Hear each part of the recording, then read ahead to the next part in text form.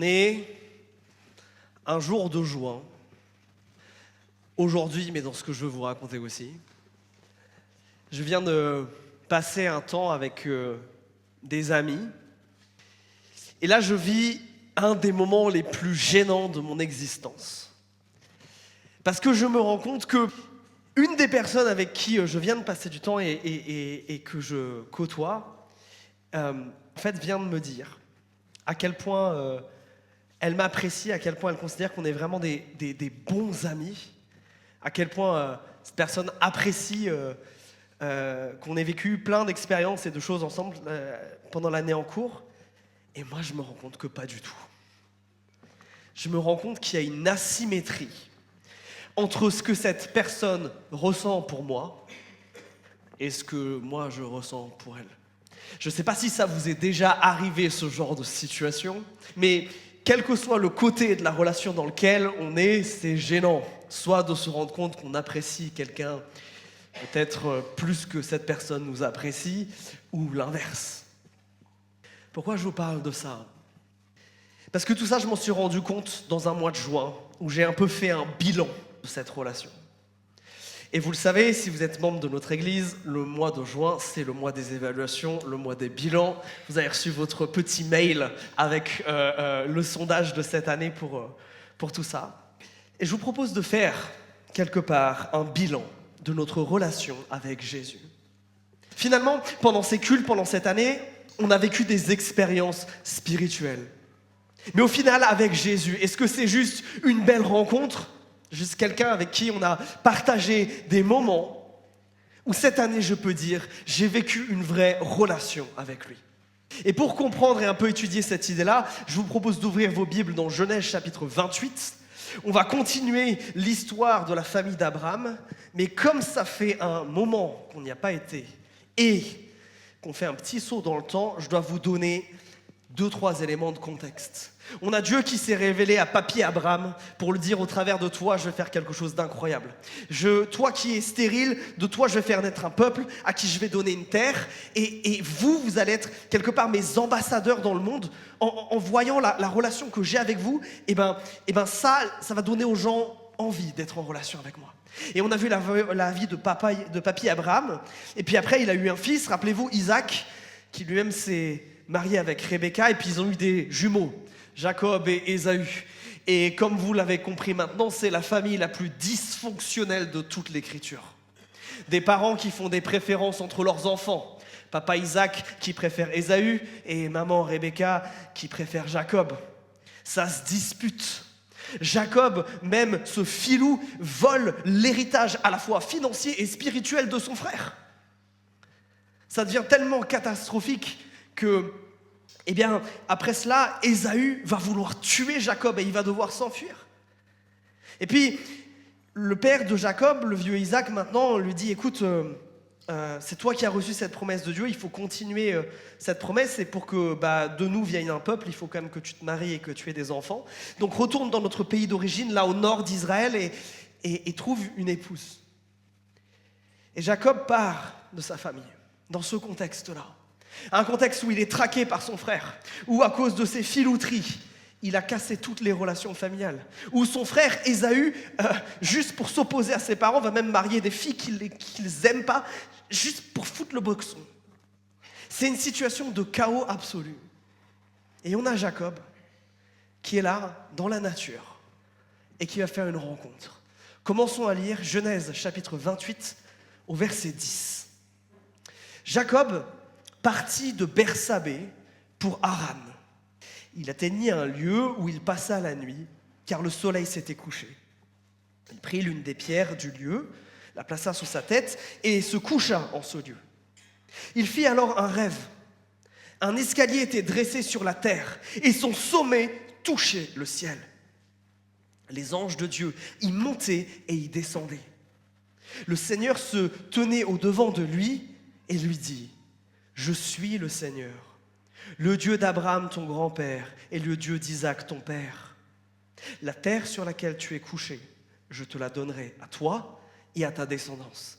Ta descendance sera aussi nombreuse que les grains de poussière de la terre. Tu t'étendras à l'ouest et à l'est, au nord et au sud. Toutes les familles de la terre se béniront par toi et par ta descendance. Je suis avec toi. Je te garderai partout où tu iras et je te ramènerai vers cette terre, car je ne t'abandonnerai pas jusqu'à ce que j'ai fait ce que j'ai dit. Jacob s'éveilla de son sommeil et dit : Vraiment, le Seigneur est en ce lieu et moi je ne le savais pas. Il eut peur et dit : Que ce lieu est redoutable. Il n'est rien de moins que la maison de Dieu. C'est la porte du ciel. On s'arrête là. Qu'est-ce qui vient de se passer ? Jacob, il vient de vivre sa première expérience avec Dieu. Et de ce passage, il y a tellement de choses importantes pour nous de comprendre sur comment nous expérimentons Dieu. Notez d'abord là où Jacob se trouve. Au milieu de nulle part. On assiste d'ailleurs bien sur ce fait. La raison pour laquelle il s'arrête à l'endroit où il s'arrête pour passer la nuit, c'est que le soleil tombe et qu'il ne va pas pouvoir avancer dans le noir. Et puis là, il a ce rêve incroyable, regardez. Un escalier ou une échelle qui est entre le ciel et la terre. Et les cieux s'ouvrent comme ça. Et Dieu lui parle. C'est absolument incroyable comme expérience avec Dieu. Mais ça, c'est choquant. C'est choquant pour les gens de l'époque parce que on n'est pas habitué à voir Dieu parler comme ça de manière aussi incroyable et dans des conditions aussi peu claires. D'habitude, quand on veut consulter un Dieu, une divinité, on va dans un endroit spécial. À cette époque, soit on essaye de s'élever vers le haut, donc soit on va vers des grands arbres, vers les chênes par exemple, c'est pour ça qu'Abraham était très souvent là-bas. Ou alors on va chercher une espèce de tour, une ziggourate comme on appelle ça. Une tour qui va faire le lien entre le ciel et la terre. Quelque chose généralement qui a des escaliers sur lesquels les prêtres montent et descendent pour apporter les messages des divinités. Et là, Jacob, il voit une ziggourate sans ziggourate. Il voit juste un escalier, quelque chose qui lie le ciel et la terre. Et Dieu qui lui parle là, dans un endroit qui est désertique, où il n'y a rien. Et c'est là que Dieu choisit de se manifester. Et ça, c'est tellement fort. Parce que ça nous rappelle que nous n'avons pas besoin d'être dans un lieu précis, de faire quelque chose de précis pour que Dieu se manifeste. Ça, c'est absolument incroyable. Et c'est une des différences majeures entre le christianisme et d'autres religions. Nous n'avons pas besoin d'un temple, nous n'avons pas besoin d'une église. Nous n'avons pas besoin d'un bâtiment, nous n'avons pas besoin d'un rituel pour que Dieu choisisse de se montrer et se révèle. C'est absolument incroyable.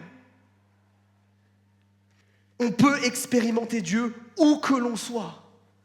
Mais plus que ça, c'est-à-dire que cette expérience de Dieu, elle ne dépend pas seulement du contexte de ce qu'il y a autour de nous, comme ici, mais ça ne dépend pas non plus de qui nous sommes.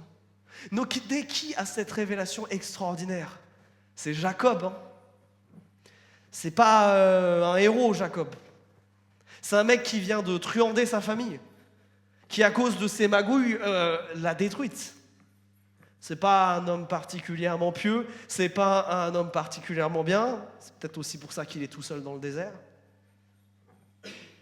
Jacob, il mérite pas. D'un point de vue humain, il mérite pas une telle expérience de Dieu, une telle rencontre avec lui. Et ça, c'est tellement important pour nous. Parce que Dieu qui choisit de se montrer, de se révéler ou pas, n'a rien à voir avec toi, avec ta piété, avec ta moralité. Avec combien de fois tu as lu la Bible cette semaine, ou si tu as pris la Sainte Seine dimanche dernier. Alors ça, c'est très important. Pour toi qui es au début d'un cheminement spirituel, où tu viens dans cette église parce que il se passe quelque chose le dimanche, tu n'arrives pas à tout expliquer, mais tu ressens des choses, tu expérimentes des choses. Il n'y a pas de technique pour rencontrer Dieu. Il n'y a pas de stratégie pour le faire apparaître, pour qu'il se révèle plus qu'autre chose. Non, c'est simplement lui qui décide, lui qui choisit. Et la bonne nouvelle, c'est qu'il veut se révéler. Et ça ne dépend pas de toi. Mais ça, Chers amis qui êtes chrétiens depuis des années, vous vous dites « Ok, ça c'est un message d'évangélisation, ça ne me concerne pas. » Mais on oublie bien vite que ça s'applique aussi à nous. Combien d'entre nous conditionnons nos moments avec Dieu à un contexte ou un état émotionnel particulier? Et si on ne se sent pas bien au dedans ou au dehors, quelque part, on ne peut plus expérimenter Dieu, on ne peut plus recevoir. Quelqu'un me disait, moi, pour lire ma Bible, j'ai besoin d'être le matin, au calme, avec mon petit café, et puis ma Bible ouverte, et mon carnet, et puis mes crayons, et puis aussi mes surligneurs. Et quand je suis dans ce contexte-là, là, Dieu me parle. Là, ça me fait du bien. Et je disais à cette personne, mais c'est super si tu arrives à trouver du temps comme ça dans ta semaine, mais si tu es une personne normale comme moi, qui a un emploi du temps bien chargé, des fois il y a le réveil qui ne sonne pas, des fois il y a des imprévus, des fois j'ai pas une demi-heure, 1 heure à consacrer à ça, mais 5 minutes avant d'aller au travail. Combien de fois on a laissé les circonstances du temps, de la fatigue, nous priver d'aller au groupe de maison, nous priver même de passer 5 minutes dans la Bible avec Dieu à recevoir quelque chose de lui. Parce qu'on se sentait peut-être pas assez bien, alors on n'a pas prié.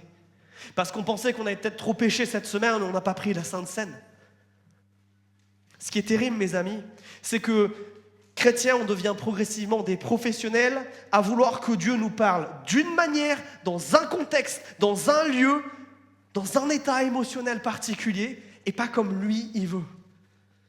Combien de fois j'ai entendu, mais si la louange, elle n'est pas comme ça, ou si le prédicateur, il n'est pas comme ça ne me va pas et je peux pas recevoir. Moi, j'ai beaucoup dit ça. Et un jour, ma maman, elle a eu la sagesse de me dire, mais après un culte qui ne m'avait pas plu, de me dire, mais Quentin, du coup, comment Dieu t'a parlé? J'ai dit, ben non, il ne m'a pas parlé, le culte, il était nul. Et ma maman me dit, mais moi, j'ai reçu ça, moi, j'ai reçu ça, moi, j'ai reçu ça de la part de Dieu. Le problème, c'était peut-être pas le culte. Peut-être qu'il y avait des choses, qui étaient améliorées, qui auraient pu être vraiment mieux, mais toi, est-ce que ton cœur était prêt à recevoir? Est-ce que ce que tu vivais là le dimanche, la corde ré là qui a sauté alors que ça devait être un do, ça t'a tellement perturbé que tu pouvais pas louer Dieu là? Que tu pouvais absolument pas recevoir de sa part s'il voulait te donner quelque chose? À quel point on peut être des professionnels, chers amis, pour être des hypocrites à ce niveau-là, en disant à ceux qui ne connaissent pas Christ, mais tu peux rencontrer Christ n'importe où, n'importe quand, tu peux juste venir à lui et recevoir, et il n'y a pas plus que venir à Jésus pour recevoir. Mais combien d'entre nous l'appliquons vraiment à nous-mêmes? Combien de fois on cherche des excuses? Et même des fois des fausses excuses spirituelles de dire, écoute, j'ai que 5 minutes ce matin avant d'aller au travail, alors je ne vais pas avoir vraiment le temps d'expérimenter Dieu. Donc on va prendre le café, on va y aller. On va pas juste lire le verset du jour sur l'application Bible. On va pas écouter la Bible sur YouTube dans les transports. On va se priver même d'un tout petit temps avec Dieu. Et des fois, on cache ça sous une forme de piété en disant, mais si je peux pas donner un temps extraordinaire à Dieu, quelque part quelque chose d'incroyable, je le fais pas. Mais ça, c'est oublier que justement, on peut expérimenter Dieu absolument n'importe où et dans n'importe quelle circonstance. Dieu se révèle. Est-ce que nous sommes prêts à le recevoir? Est-ce que je laisse Dieu définir le contexte de mes rencontres avec lui ou c'est moi qui choisis? Notez que cette histoire, c'est la première chose que Jacob connaît de Dieu. Il n'a pas entendu Dieu lui parler avant ça. Et c'est une expérience unique. Déjà, c'est un rêve, c'est pas commun, entre guillemets, mais c'est la première fois en plus. Est-ce que je suis ouvert à ce que Dieu me parle comme lui, il a envie de me parler? Ou alors de base, j'ai exclu un certain nombre de choses, que ce soit dans ma piété personnelle ou dans le culte. Est-ce que je viens dans ces temps-là, ces temps du dimanche, avec cette soif et cette envie de rencontrer Jésus, qu'importe ce qui va être dit dans le message, qu'importe ce qui va être fait à la louange, qu'importe si on apprend la Sainte Seine ou pas? Est-ce que quand je franchis ces portes, je suis juste à l'affût d'une seule chose? Si je peux expérimenter Dieu, alors je veux expérimenter Dieu.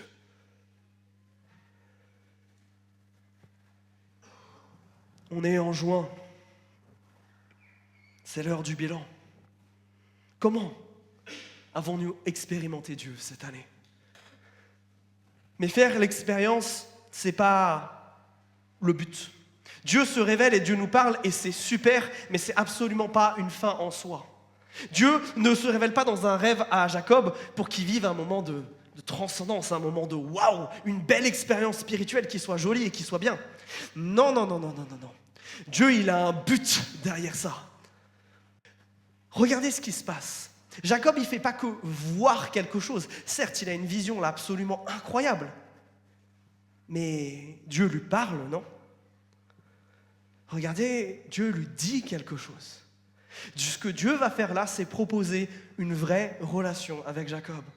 Je vous disais que on doit faire la différence entre simplement rencontrer Dieu par ses expériences ou nos expériences nous amènent à être dans une relation avec lui. La différence, ce qui fait la différence entre rencontrer Dieu ou avoir une relation avec lui, entre Dieu, c'est juste cette connaissance et cet ami que je côtoie de temps en temps le dimanche à l'église et une véritable relation avec lui, c'est le fait que Dieu dise ici que cette relation, elle soit basée sur des promesses. Et c'est ça qui fait la différence. Une relation avec Dieu, elle est possible. Et elle est uniquement vivable parce que Dieu fait des promesses. Et regardez quelles promesses il fait. Il y a des choses qu'on a déjà vues dans ces promesses. Il y a déjà un plan pour le futur. Le même plan qu'il a donné à Abraham et qu'il a donné à Isaac. Une terre, un peuple, une bénédiction.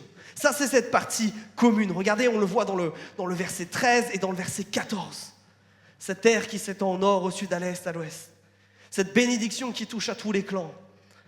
Je vais t'utiliser pour bénir les autres. Et puis aussi cette promesse d'une descendance. Mais ça va plus que ça. Verset 15, il continue. Je ne vais pas seulement te donner un plan pour la suite. Il n'y a pas que ça qui se passe dans une vraie relation avec moi. Je suis avec toi. Et je te garderai partout. Plus que simplement avoir un plan pour ta vie et globalement tu te débrouilles pour essayer de le suivre comme tu peux. Non, je veux être avec toi. Je veux le vivre avec toi. Qui est ce Dieu qui est capable de dire, vous, êtres humains, tout fragile, tout faible que vous êtes et tout désobéissant que vous êtes, je veux être avec vous. Je vous promets ma présence. Je veux qu'elle soit là avec vous. Et encore plus incroyable, une protection. Oui, là, tu t'en vas de cette terre, tu vas aller trouver ton épouse et on verra comment ça va se passer suite au prochain épisode. Mais à un moment, je te ramène à la maison.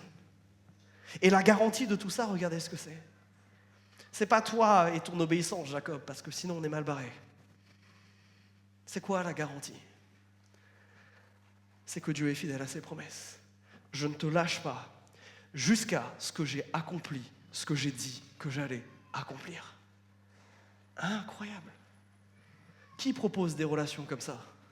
Vous connaissez un patron qui vous dit la même chose? J'ai un plan pour ta carrière, je vais t'accompagner et je vais te manager, mais sans tomber dans du micromanagement.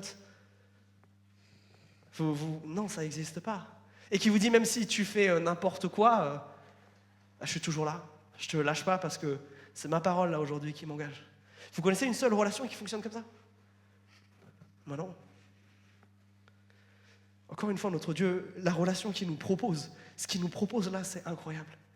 Mais je veux que vous saisissiez quelque chose. Il y a une différence fondamentale entre ce qui est proposé ici à Jacob et ce qui nous est proposé à nous. Parce que ce qui nous est proposé à nous, c'est la même chose mais en plus grand, en plus glorieux. Pourquoi? Parce qu'à un moment, il y a un certain Jésus qui est venu. Et une fois qu'il a appelé ses disciples, en Jean chapitre 1, verset 51, il va faire une allusion à ce texte-là. Il va dire ceci à ses disciples. Amen, amen, je vous le dis. Vous verrez le ciel ouvert et les anges de Dieu monter et descendre sur le Fils de l'homme. Un écho direct à ce texte, mais avec une différence majeure. Vous ne verrez pas Dieu parler, faire descendre ses anges et puis vos prières monter avec d'autres anges au travers d'une échelle, comme Jacob. Non, non, regardez. Qu'est-ce qui remplace l'échelle? Qu'est-ce qui remplace l'escalier? Jésus-Christ lui-même. Et parce que là, ce qui va faire l'intermédiaire entre le ciel et la terre, c'est Dieu lui-même, c'est Christ lui-même. La portée de ce que dit Dieu là, mais elle est complètement incroyable. Là où dans le plan de base, il y avait une terre, un peuple et une bénédiction, mais qui on a vu, pour le moment, c'est un peu passif, quoi. De temps en temps, il prie pour un gars, mais pas tellement plus loin, quoi. Maintenant qu'il y a Christ, c'est pas une terre que Dieu promet à ceux qui vont lui, c'est la terre. Un jour où elle sera débarrassée de tout mal, un jour où après son jugement, il restera toute chose. C'est pas un peuple, c'est une église, une assemblée de peuples, des gens de toutes les nations, de toutes les couleurs de peau, de toutes les conditions et de toutes les époques qui se rassembleront autour de Jésus.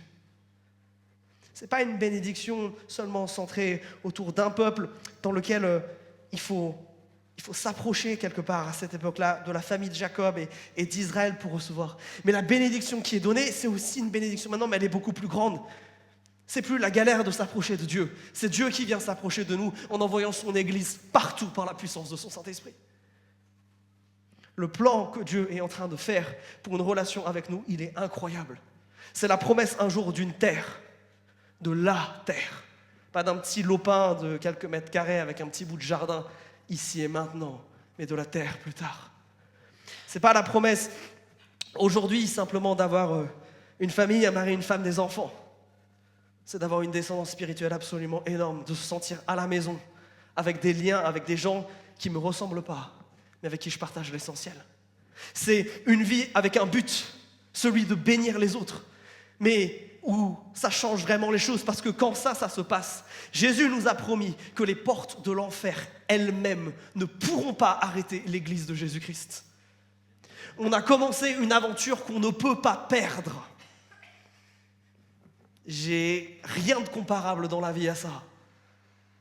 On ne peut pas perdre en faisant des disciples. On ne peut pas perdre. Le plan ne peut pas échouer à cause de Jésus-Christ. Oh, combien ça devrait nous rendre zélés, ça, mes amis, si c'est le plan de Dieu pour nos vies. Mais c'est beaucoup plus que ça. Parce que je vous ai dit, il y a un deuxième élément dans cette relation avec Dieu. Celui de la présence de Dieu. Jacob, il expérimente Dieu là, puis il l'expérimentera un petit peu plus tard, mais entre guillemets, par petites touches, c'est ponctuel quelque part. Mais il y a quelque temps, on a célébré un des événements les plus importants de l'histoire, la Pentecôte. Le moment où Dieu dit, oui, je suis dans les cieux, mais je vais aussi venir sur terre et partout sur terre.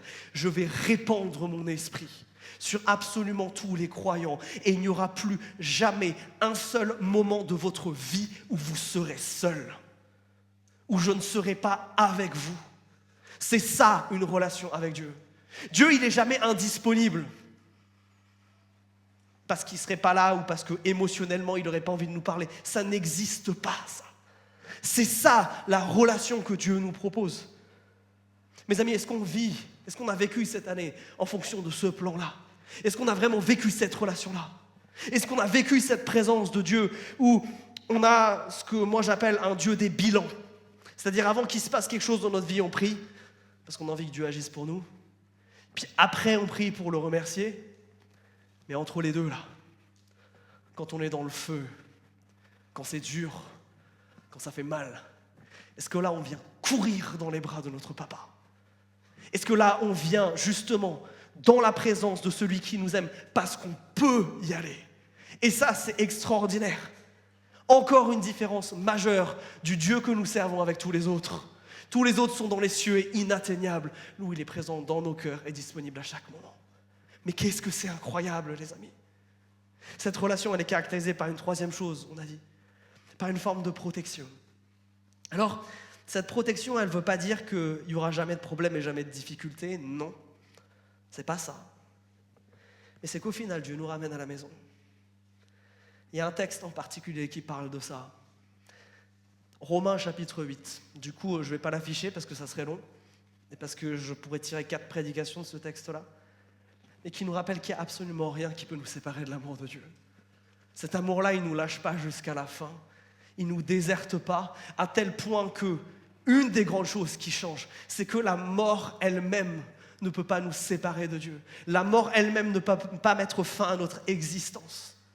Parce que maintenant qu'il y a Christ, cette protection, elle est bien plus grande, parce qu'elle est contre la mort elle-même. Nous avions besoin d'un Dieu qui paye sur la croix pour le pardon, mais nous avions besoin d'un Christ ressuscité pour non seulement bénéficier de sa présence aujourd'hui, mais pouvoir avoir un espoir pour demain. Mes amis, voici la relation que Dieu nous propose. Alors, est-ce que cette année, c'était une série d'expériences, de petites rencontres avec Dieu, où c'est ça qu'on a vécu. Où c'est ça, ce à quoi on aspire de vivre. Alors maintenant, peut-être la question c'est, comment on passe de l'un à l'autre? Comment on passe d'un Dieu qu'on rencontre de temps en temps, mais où il y a un décalage, parce que lui, il nous aime tellement qu'il est mort pour nous, c'est difficile d'aimer plus que ça, et nous, on n'est pas dedans. Comment on passe d'une, quelque part, simple rencontre à une vraie relation avec Dieu? Et bien là, c'est la fin du texte qui va nous aider un petit peu à évaluer tout ça. Je vais reprendre au verset 16, parce que tout ça, c'était un rêve jusqu'à présent. Jacob, il n'a pas tellement interagi avec ce qui s'est passé. Verset 16. Jacob s'éveilla de son sommeil. Il dit, vraiment, le Seigneur est en ce lieu et moi je ne le savais pas. Il eut peur et dit que ce lieu est redoutable. Ce n'est rien de moins que la maison de Dieu, c'est la porte du ciel. Jacob se leva de bon matin. Il prit la pierre qu'il avait placée sous sa tête et il en fit une pierre levée et versa de l'huile sur le sommet. Il appela ce lieu du nom de Béthel, mais le nom de la ville avait d'abord été Luz. Jacob fit ce vœu. Si Dieu est avec moi et me garde sur la route où je vais, s'il me donne du pain à manger et des habits pour me vêtir, et si je reviens sain et sauf chez mon père, alors le Seigneur sera mon Dieu. Cette pierre, dont j'ai fait une pierre levée, sera une maison de Dieu. Sur tout ce que tu me donneras, je te payerai la dîme. Il se passe 3 choses dans la fin de ce texte. D'abord, il y a une histoire de prière là, il y a une histoire de pierre aussi, et puis il y a une histoire de peur. Il y a 3 réactions. D'abord, il a peur, ensuite il parle à Dieu, il prie, et ensuite il y a ce truc là avec le caillou. Dans tout ça, Jacob il passe à côté. Ces 3 choses, elles sont importantes, mais Jacob ici, il n'est pas un modèle. Il est en train de passer à côté de ce que Dieu veut faire. La première chose qu'il expérimente, regardez, émotionnelle, c'est une expérience émotionnelle. Sa première réponse à son réveil, c'est de la peur. Jacob a peur. Jacob vient de voir quelque chose qui est quelque part trop grand pour lui. Et ça, je crois que c'est une bonne chose. Et c'est une chose nécessaire et normale. Quand on se confronte, quand on rencontre vraiment Dieu, quand on saisit ce que ça veut dire, on ne peut pas ne pas être saisi de crainte. Vous savez pourquoi? Parce que Dieu est saint et on ne l'est pas. Parce que lui est bon et on ne l'est pas. Parce que lui est juste et punit le mal et nous on le commet. Jacob, face à ce grand plan, face à ce grand Dieu, il est terrifié. Mais la peur, elle est soit paralysante, on frise parce qu'on a peur, soit elle nous pousse à faire quelque chose. Jacob, c'est comme si elle le terrifiait, cette peur-là. C'est comme si elle l'arrêtait. Ce lieu, il est redoutable. Il va partir de ce lieu. Il va fuir. Il va s'en aller. Alors oui, la peur est une bonne chose, mais sa réaction est mauvaise. Sa réaction, c'est celle qu'on voit dans tout le reste de la Bible. C'est ça qu'il aurait dû avoir. C'est de dire, mais je suis pécheur et j'ai besoin d'être sauvé. Je suis impur et j'ai besoin d'être pur. Je ne peux pas être en relation avec toi à cause du mal que je fais, mais j'ai envie de l'être. Et Jacob, regardez, une des autres manières de montrer qu'il a peur, c'est qu'après, dans sa prière, on va y revenir après, mais il y a une condition. Hein. Le premier mot de la prière, c'est « si ». Et je crois que ça, c'est la vraie marque d'une relation avec Dieu. C'est que dans notre rapport à lui, il y a toujours cette dose de crainte qui nous amène à la repentance, qui ne nous laisse pas, évidemment, dans l'angoisse, mais on y passe à un moment donné. Je me rappellerai toujours cette année, à la conversion de quelqu'un de l'église. Il y a eu un avant et un après. Après avoir fait plusieurs rencontres avec Dieu, où cette personne me posait des questions un peu d'ordre général sur l'existence de Dieu, pour faire quelque part sens de la vision chrétienne du monde, cette personne est venue me voir et m'a dit, mais attends, mais je fais le mal et est-ce que Dieu il va toujours me pardonner? Est-ce que à un moment il ne va pas en avoir marre de moi? Parce que là, ça fait quelques semaines que j'ai compris que Dieu c'est pas moi, que Dieu il est grand, mais et j'essaye de me comporter bien, peut-être comme vous, là, les chrétiens, mais j'y arrive pas. Est-ce que Dieu, il va me lâcher à un moment donné? Ce moment-là a été décisif dans la vie de cette personne. Parce que c'est là qu'il a compris. Parce que là, il est passé d'un état de choc, d'une peur paralysante, de je ne sais plus où aller, ça ne marche pas, à l'envie d'être délivré de ça par Jésus. Par l'envie d'être pardonné radicalement. Et moi, j'ai une question. Le livre des Proverbes nous dit que la crainte de l'Éternel, c'est le commencement de la sagesse. Est-ce que cette année, est-ce que votre réponse à la relation avec Dieu, ça a été la crainte de l'Éternel? Est-ce que ça a été de dire, le péché dans ma vie, cette année, il n'a pas prospéré. Cette année, je l'ai combattu. Cette année, j'ai tenu, ça a été dur. Cette année, j'ai eu des victoires. Ou est-ce que vous vous êtes senti tellement mal par rapport au péché que vous êtes renfermé sur vous-même? Ou ça a été paralysé? Mes amis, Christ nous appelle à la liberté. Ce sentiment de peur face à lui, face à sa grandeur, il est uniquement là pour nous amener vers la délivrance, mais encore faut-il s'en saisir. Est-ce qu'après des années de vie chrétienne, on est encore atteint par notre péché? On chante tout le temps « Jésus est mort pour moi », mais est-ce qu'on réalise encore ce que ça veut dire? Qu'il a dû mourir pour nous. Oui, c'est toi, à cause de tes péchés, de tes fautes, qui devrais être sur cette croix. Et parce que lui y est allé à notre place. C'est pour ça que la peur va commencer à se transformer en reconnaissance. C'est pour ça qu'il va commencer à y avoir de la joie, parce qu'on devait être sur cette croix et on n'y est pas. Et c'est là où cette crainte, elle cesse d'être paralysante. Elle devient productive, parce qu'elle m'amène dans quelque chose de nouveau avec Dieu. Donc oui, c'est quoi ta réponse à cet appel, cette invitation de Dieu à rentrer dans une relation avec lui? C'est une peur paralysante ou une peur repentante? Deuxième chose, vous voyez qu'il prie. Et je vous ai déjà teasé la suite. Il commence à dire des si avec Dieu. Si tu fais ça, et regardez ce qu'il dit. Il dit à la fois, Dieu fait ce que tu as promis de faire, et puis il spécifie. Trop triste, il lui dit, c'est le pain, c'est les habits, c'est les choses comme ça. Là, il ne rentre pas dans une relation normale avec Dieu. Pas dans une relation qui est basée sur la foi, sur la confiance en Dieu. Ce que Dieu voudrait, parce que regardez, quelles conditions Dieu a mis à ses promesses? Aucune. Elles sont garanties par quoi? Par sa parole, par le fait qu'il l'a prononcée. Mais lui, il veut quelque chose d'autre. Il lui dit, je veux une forme de contrat. Si tu tiens ta part du marché, alors moi, je ferai la mienne. Et je crois que bien souvent, les périodes, vous savez, de creux et de vide dans la vie chrétienne, parce qu'on en traverse tous, elles ont lieu parce qu'on rentre dans un rapport de marchandage avec Dieu. On commence une forme de contrat. On ne lui fait plus confiance pour nous sortir des choses. Et on commence à lui mettre des conditions. On lui commence à mettre des si. Et Jacob, il est juste en train de perdre du temps. Il est juste en train d'avoir peur pour rien. Parce que Dieu a promis qu'il serait là. Dieu a promis de pourvoir. Dieu a promis de s'occuper de lui.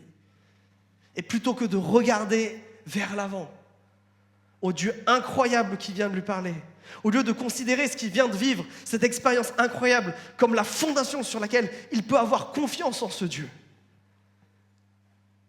il perd du temps.